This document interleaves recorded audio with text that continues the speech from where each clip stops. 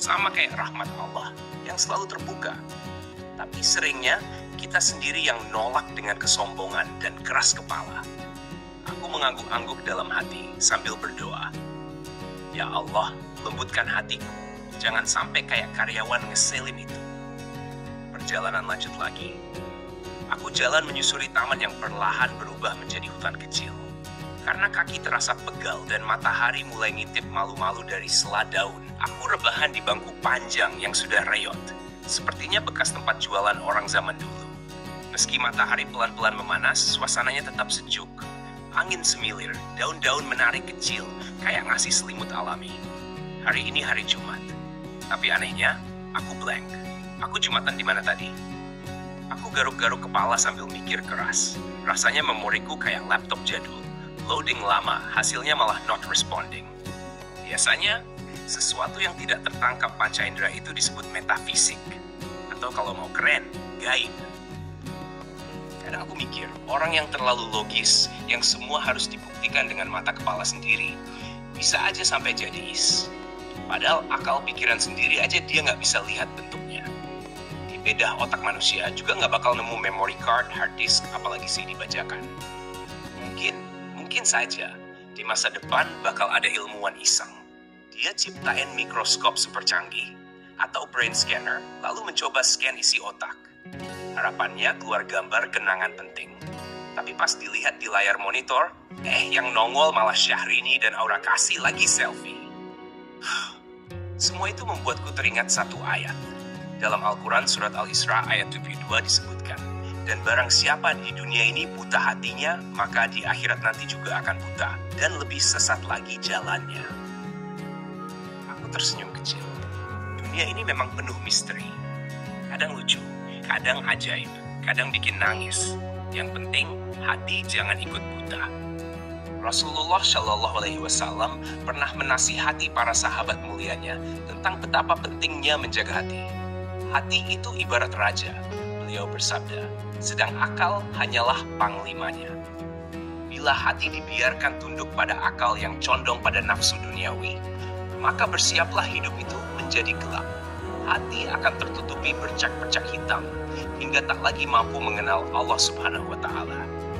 Akal memang pintar, selalu menimbang-nimbang mana yang lebih enak, mana yang lebih nikmat. Seringkali ia memilih jalan yang terlihat nyaman sesaat, walau berujung sengsara.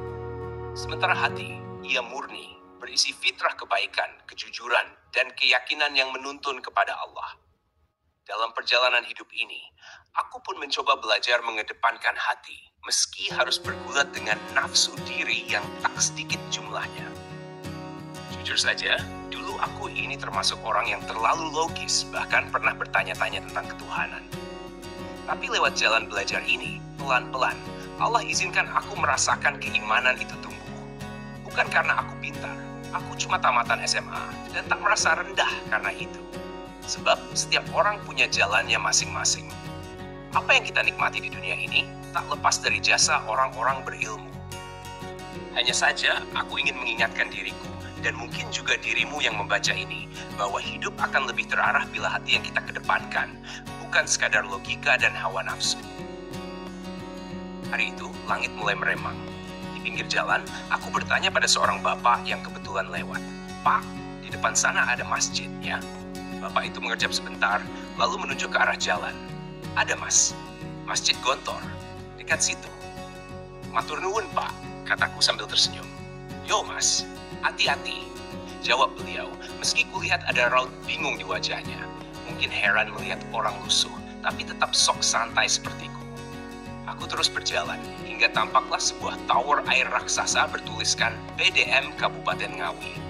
Tak jauh dari situ, berdiri megah sekolah khusus putri, Gontor Putri.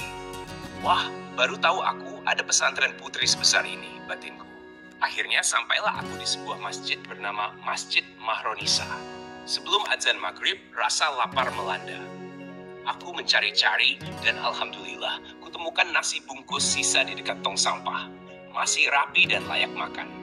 Tak pikir panjang, aku makan sambil duduk di tepi trotoar.